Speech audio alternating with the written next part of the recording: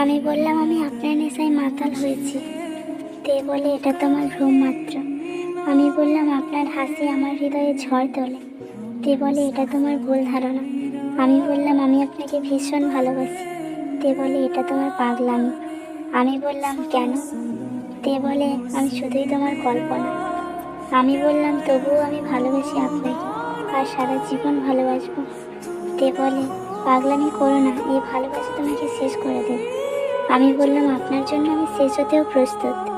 তে বলে সত্যি যদি আমাকে ভালোবেসে থাকো তাহলে আমার কথা রাখো, ভুলে যাও আমাকে। ভুলে যাওয়াটা এত সহজ না কিম সাহেব। চেষ্টা করেছি, পারিনি। কেন পারোনি? আপনি যে আমার মস্তিষ্কে মিশে আছেন, কিন্তু আমি যে তোমার হব না কখনো।